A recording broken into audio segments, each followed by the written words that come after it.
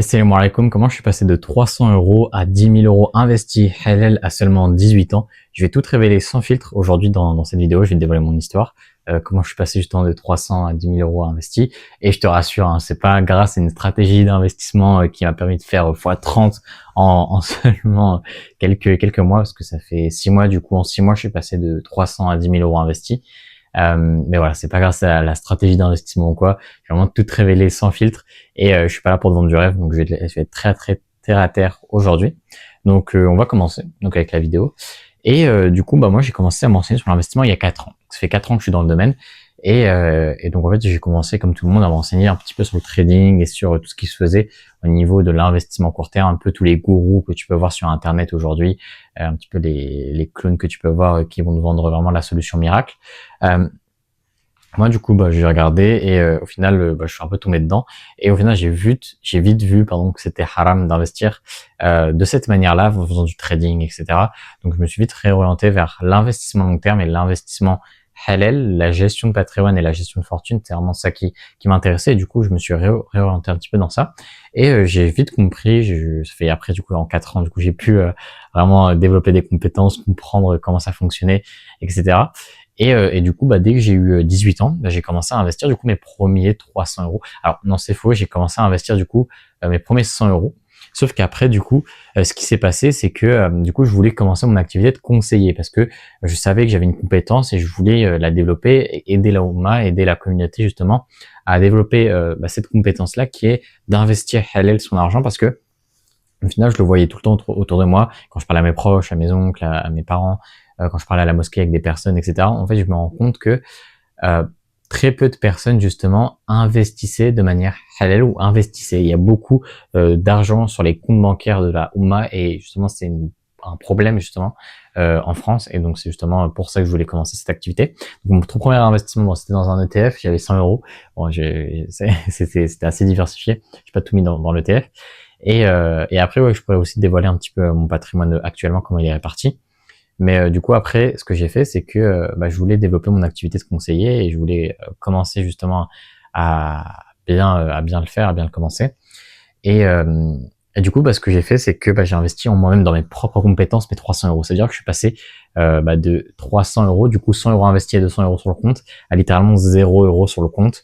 Parce que j'ai tout investi dans mes compétences. Et c'est extrêmement... Je serais pas là de parler aujourd'hui. Je j'aurais jamais pu investir ces 10 000 euros-là si jamais je n'avais jamais pris de risque et si jamais je n'avais jamais osé faire confiance justement à ce mentor-là, à cette personne-là qui m'a beaucoup apporté. Et du coup, si j'avais jamais fait confiance, je sais même pas où j'en serais aujourd'hui. Je serais toujours paumé et je sais même pas si j'aurais pu développer justement cette activité correctement, convenablement. Tout simplement parce que prendre des accompagnements, investir dans son propre actif, le meilleur actif dans lequel tu peux investir, c'est toi-même. Il y a beaucoup d'influenceurs, etc. que tu vas voir, finance, qui vont dire n'importe quoi, qui vont te dire que ouais, c'est à 1000 euros. Si t'as 100 euros, 1000 euros à investir, investis dans des actifs, dans le ETF, dans le meilleur ETF qu'il peut y avoir, dans du S&P 500, etc. C'est faux. Si tu as 1000 euros investis dans tes propres compétences, ça va valoir mais 1000 fois le coût d'investir dans tes propres compétences plutôt que d'investir dans un actif ou quoi, parce que tu fais, ok, t'as 1000 euros, tu fais 10% de manière récurrente, bon, trop bien, tu fais 100 euros par an, quoi. C'est pas l'objectif. C'est une fois que tu commences à avoir de l'argent, tu commences à avoir un peu trop d'argent, entre guillemets, tu commences à avoir 10 000, 20 000 euros sur le compte, que là, ça commence vraiment à être intéressant, justement, de commencer à penser à l'investissement et commencer à penser de comment investir cet argent-là, pardon. Parce que si jamais tu n'investis pas cet argent-là, le problème, c'est que, en fait, sur du long terme, tu vas perdre beaucoup d'argent. Et donc, c'est à partir de là. Mais généralement, on le sait, hein, quand ça commence à devenir le problème, généralement, quand on a 5 000 euros sur le compte, on sait très bien que c'est pas ça le problème qu'il faut régler. Enfin bref, après ça dépend de sa situation. Si jamais on est étudiant et qu'on a 5-10 000 euros, là c'est vrai que ça commence à être un problème parce que t'as pas de frais et que tu commences à accumuler de l'argent et qui sert à rien. Ça dépend des contextes, mais généralement c'est ce que j'ai dit, ça marche. Et du coup moi je me suis retrouvé avec 0 sur le compte, j'ai bossé, j'avais beaucoup d'échéances, en plus j'avais le bac, j'avais le permis, etc. Donc heureusement alhamdoulilah je les ai tous eus, mais du coup il y avait pas mal d'échéances à ce ce moment-là, donc au niveau du risque j'étais vraiment au plus haut, j'étais très stressé. Et du coup, après le premier mois, j'ai pu commencer à faire mes premiers revenus. Alors, de mémoire, j'avais fait, je crois, 1300 euros, un truc comme ça. Et après, sur le deuxième mois, j'avais fait 3000. Troisième mois, j'avais fait 5000. Et après, ça montait petit à petit au niveau de l'activité. Elle prend bien, alhamdoulilah, tranquillement. Et justement, c'est ce qui m'a permis d'investir cet argent-là. C'est parce que je mettais de côté, parce que j'étais conscient, parce que c'est mon métier quand même, j'étais conscient qu'il fallait que j'investisse cet argent-là, parce que sinon il allait dormir sur le compte. Et là, je me serais retrouvé avec plus de 10, voire plus de 10 000 euros sur le compte, parce que j'ai aussi beaucoup réinvesti dans la société. C'est-à-dire que j'ai pas que investi dans mon avenir, c'est-à-dire les ETF, etc. J'ai aussi investi beaucoup dans mes compétences et dans ce que je peux faire aujourd'hui pour m'améliorer. Et donc, forcément que si j'avais tout réinvesti, j'aurais plus de 30, 40 000 euros en bourse. Mais bon, je l'ai pas fait. Simplement parce que je sais que c'est extrêmement important d'investir dans ses propres compétences et dans dans son propre personnage, on va dire, j'ai envie de dire. Et voilà, c'est important d'investir en soi. Et, euh, et du coup, bah, j'ai pu évoluer. D'ailleurs, si vous voulez une vidéo dans laquelle je montre un petit peu mon parcours entrepreneurial, ça peut être extrêmement intéressant que je vous montre un petit peu où j'en suis, les mois de haut, les mois de bas, quand je me sens pas trop bien, quand tout se passe bien, etc. Pour que je vous montre un petit peu l'envers du décor, parce que tout n'est pas tout beau, tout rose quand on voit sur les réseaux. Il y a des moments de bas, des moments de haut, des moments où tu as peu de discipline, des moments où tu es bien discipliné, tu as envie de faire des vidéos, tu as envie de bien bosser. Et donc ça peut être extrêmement intéressant que je vous fasse un petit peu ça. Du coup, vous me dites en commentaire, vous, si jamais c'est quelque chose que vous voulez voir, si ça vous intéresse. Je pense que ça rentrerait un petit peu dans le cadre de la finance, mais voilà, j'ai juste envie de vous demander si vous, ça vous intéresserait. Si ça vous intéresse pas, bon, ça servira un petit peu à rien de directement le faire. Enfin bref. Mais du coup, c'est extrêmement intéressant. Et donc ce que j'en retiens, voilà, pardon, j'ai eu un petit moment de flottement. Ce que j'en retiens, c'est que le plus important, c'est quand même d'investir en soi-même et dans ses compétences. Et ensuite, du coup, ça a permis de faire évoluer, du coup, le meilleur actif, du coup, mes compétences. Et aujourd'hui, bah, c'est top parce que j'arrive du coup à stabiliser les 10 000 euros par mois grâce à mon activité du coup de conseiller où j'aide vraiment les musulmans à investir. J'ai des super résultats clients, mes clients sont adorables et j'ai pu justement déjà structurer plus de 5 millions d'euros pour mes clients. Donc ça se passe vraiment très bien à ce niveau-là parce qu'en fait j'ai une vraie compétence. J'aide vraiment les personnes. C'est pas comme ces clowns qui sont attirés justement par l'appât du gain et qui ont pas vraiment de compétences à transmettre ou de compétences à vraiment faire valoir. Mais de toute façon généralement ça s'équilibre un petit peu dans le marché si jamais tu as des vraies compétences. Bah, t'apportes des vrais résultats à tes clients et ça s'ouvre en fait tout simplement. Enfin bref, on arrête de parler un petit peu d'entrepreneuriat. On va repartir sur l'investissement. Donc au niveau des 10 000 euros, comment ils sont investis? Alors je dois avoir 10 200, de toute façon sur le titre, je dois avoir le montant exact. Moi j'ai pas ouvert mon application, j'ai pas fait bien mes devoirs. J'ai pas bien ouvert mon application pour te montrer, mais je sais à peu près en tête combien j'ai parce que je l'ai fait ce matin et justement c'est ça qui m'a donné l'idée de faire cette vidéo. Et donc au niveau de mon patrimoine, comment il est réparti?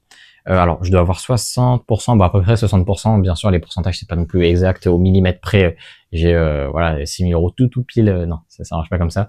J'ai à peu près voilà 60%, donc je dois être peut-être à 52 à ce niveau-là, 52%. Je sais que je suis un peu plus en ETF parce que ça avait bien monté là ces derniers temps. Donc ça a pris une part un peu plus importante du portefeuille. Ensuite, j'ai une vingtaine de pourcents en Sukuk. Alors lui, il est un peu stagné pour l'instant.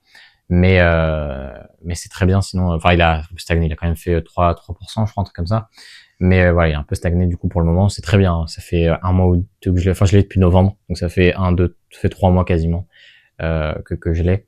Donc oui, ça marche bien, mais c'était pas comme l'année dernière du coup, mais dans tous les cas c'est très bien. Et donc il est un peu stagné, donc je dois être vers les 18%, je pense, un truc comme ça. Et après du coup j'ai ma poche de risque. Alors moi tu verras que c'est pas un conseil, hein, ce que je te dis là, c'est un conseil d'investissement. Parce que c'est mon patrimoine, c'est pas le tien. Ça va pas forcément être refléter justement ta réalité, parce que du coup là tu vas voir que je suis extrêmement dans des poches de risque. Pourquoi? Parce que moi j'endure bien le risque. Enfin, je l'endure bien. J'ai appris à bien l'endurer tout du moins parce que je me suis retrouvé à zéro sur le compte, comme je te l'ai dit. Du coup, je suis passé par une période de stress. Et donc, c'est ça qui m'a permis justement de comprendre un petit peu les risques. Et c'est ce qui me permet justement d'aujourd'hui de prendre un peu plus de risques, que ce soit dans mes finances, que ce soit dans ma vie, etc. Et donc, ça m'a permis d'apprendre un petit peu comment prendre des risques. Et justement, bah, c'est pour ça que je suis quand même assez très très peu diversifié. Aussi parce que j'ai pas trop de conviction dans les autres classes d'actifs. Mais bon, ça après c'est une autre histoire. C'est vraiment aussi conviction personnelle. Mais du coup, voilà, c'est vrai que je suis à 20%, je crois, de mémoire en tout ce qui va être risqué, donc 10% en actions individuelles. Donc j'ai acheté, je crois, j'ai acheté du Apple et du Nvidia. Et également, j'ai acheté, enfin du coup, je suis en crypto. Du coup, pas pour l'instant. Et du coup, j'attends du coup le bear market pour rentrer en crypto parce que c'est ma stratégie au niveau des cryptos. Et à ce niveau-là, du coup, ça se passe plutôt bien au niveau de mon patrimoine, il évolue.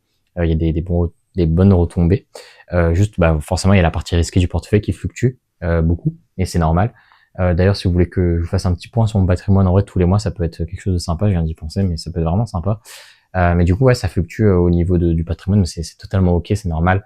Je veux dire, c'est quelque chose qui arrive et justement, moi, ça me permet d'endurer le risque, ça me permet de comprendre vraiment le risque. Et, euh, et vu que je comprends le risque, moi, ça me fait quasiment plus rien. Du coup, de voir, pour te dire, je suis passé de plus 15% à moins 2 ou moins 3% sur mes investissements en l'espace de un mois ou deux. Donc, c'est vrai que bah, ça fait mal, ça pique, pas te le dire, mais c'est normal et en fait, faut juste apprendre à agir avec euh, et comprendre que en fait, c'est sur du long terme que je joue, que ça se joue tout simplement et que j'avais des convictions au début et que je comprends. Bon, après moi, ça m'impacte pas tant que ça, bien sûr, ça m'impacte un peu, mais c'est pas comme si ça m'impactait pas autant que si jamais j'étais débutant et que je connaissais rien à l'investissement.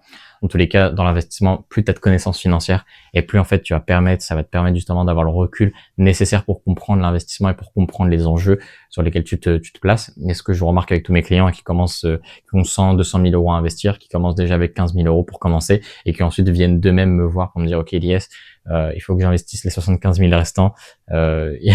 J'ai compris comment ça marche. J'ai plus trop envie d'attendre et de procrastiner. Et donc c'est ce que je remarque en fait, plus t'as de connaissances financières et plus en fait tu veux tu veux investir. Alors, pas forcément investir dans du risqué, c'est pas ce que je dis, mais c'est plus que plus t'as de connaissances financières et plus t'es à l'aise justement à l'idée de voir ton argent investir et pas ton argent dormir sur le compte à ne rien faire littéralement. Et donc c'est vrai que c'est extrêmement important et c'est quelque chose qu'il faut prendre en compte et qu'il faut garder à l'esprit. Et donc voilà comment est réparti mon patrimoine actuellement. Donc je suis 20% risqué, 20% sous-book pour la stabilité, surtout pour faire croître mon épargne. C'est vrai que c'est important de faire croître justement cette épargne-là. Et du coup le reste ce sera en ETF, donc ETF action classique. Je vais vraiment pas me casser la tête à ce niveau-là. Et donc c'est ça, comme ça qu'il est réparti, tout simplement. Donc je t'ai partagé un petit peu mon histoire. Voilà, tu vois que c'est pas très complet, hein. Je suis pas quelqu'un qui a vécu tant de choses que ça. Juste j'ai des petits points justement qui sont importants et que je pense que ça peut vraiment t'aider justement dans ton évolution au niveau des investissements et puis peu importe. Je pense que ça peut vraiment t'être utile justement de savoir un petit peu par où je suis passé. Donc voilà, c'est vraiment les points les plus importants à retenir. Et du coup, bah après de là, du coup, j'ai pu me certifier AMF du coup depuis que j'ai investi justement avec mon mentor, qui a permis de vraiment m'éduquer, de commencer à faire mes premiers sous justement grâce à l'investissement et grâce à ma compétence de savoir investir et conseiller justement les musulmans. Et ben j'ai pu justement commencer du coup me professionnaliser, c'est-à-dire j'ai pu commencer à ouvrir mon cabinet d'expertise en gestion de patrimoine. J'ai été agréé AMF, enfin, je suis agréé AMF et du coup de là ça commence à bien fructifier. Alhamdoulilah, et tranquillement, du coup, ça avance. Et voilà, du coup, pour mon histoire jusqu'à maintenant, tout simplement. Donc moi, je te souhaite une excellente journée. J'ai plus rien à dire. Si jamais tu as des questions, n'hésite pas en commentaire. Et du coup, moi, ah oui, si jamais tu veux un audit patrimonial, j'ai failli oublier de te faire la remarque. Si tu veux un audit patrimonial où j'audite ton patrimoine, bon, je pense que là, 90% des gens sont partis, mais bon, si t'es resté jusque-là, bah, prends l'audit, hein. Dans tous les cas, c'est le premier lien en description. Je vais auditer ta situation, c'est offert, hein. Il y a pas d'engagement ni rien, donc prends-le. Sinon, deuxième lien en description, ça va être le canal WhatsApp. Donc là aussi, rejoins-le. Je partage pas mal de valeurs.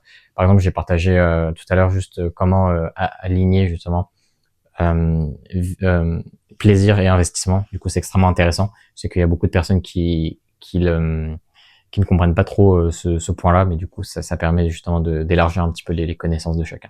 Salam alaikum wa rahmatullahi wa barakatuh.